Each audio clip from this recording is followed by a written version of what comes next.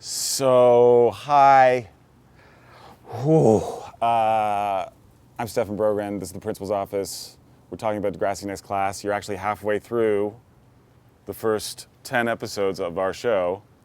And we're talking about the episode hashtag, but that's none of my business. And really, this is none of my business.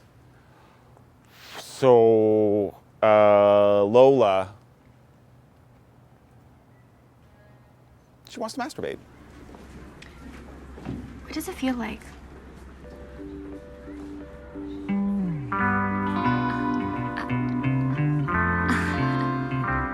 Yeah, this is a totally embarrassing story in the best way. This is so classic Degrassi. This is JT with a penis pump. This is way back at the 80s Degrassi, like Yick and Arthur talking about wet dreams. This is one of those stories that is like what's awful about growing up and discovering, you know, that you're becoming an adult and that you do things. It didn't work. It didn't feel good.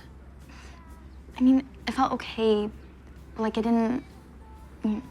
Have an orgasm. Oh dear. Am I abnormal? I knew it. Oh, Lola, you're definitely not normal. oh Dios mío. But because there is no normal. Everyone is different, so different things work for different women. Not everybody orgasms every time. So what do I have to do? Physio? She does such a good job. It's such a sweet story. And she's not the girl that you would think would be going through this either, though, you know? Let alone like Frankie's like, I'm totally comfortable with anything. It's a part of growing up and it's healthy. That's why we have Degrassi, so that they can tell the stories and we don't have to talk about it. Change stories. Let's talk about another thing. So let's go from one uncomfortable story to another uncomfortable story. Poor Miles, when he whatever he's going through, is how his body's reacting, that's terrifying. I need you. 3 little words every girl wants to hear. Can't breathe. Did you go off the pills cold turkey? I told you not to. Take one now. I flushed them. I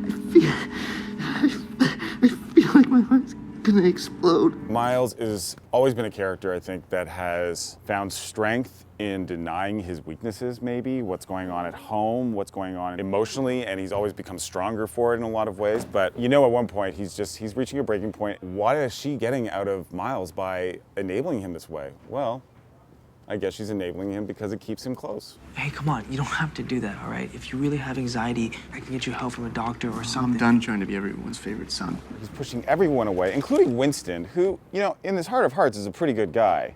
He needs help. Esme is not the answer. Tell me this. Do you think that men and women should be paid the same salary for the same job? Yeah, for sure. And do you think that boys and girls should have the same access to education? I think that's pretty obvious. Then, I have news for you, Maya Matlin. You are a feminist. So Maya is becoming a feminist. I mean, when it comes down to it, Goldie just wants Maya to realize that what she talks about anyways in her songs is just wanting men and women to have equality. I think the bigger picture here is not understanding what it must be like to be a girl and to always be fighting that fight. And in Maya's situation, she's always fighting that fight. So what's next? What do you mean? Are you kidding? This was awesome. I'm joining the freaking club. Well, in that case, from the video game competition. The one that was here at school yesterday. Using the school's name and the school's money. To celebrate dudes practically murdering half-naked women. Doesn't seem right, does it?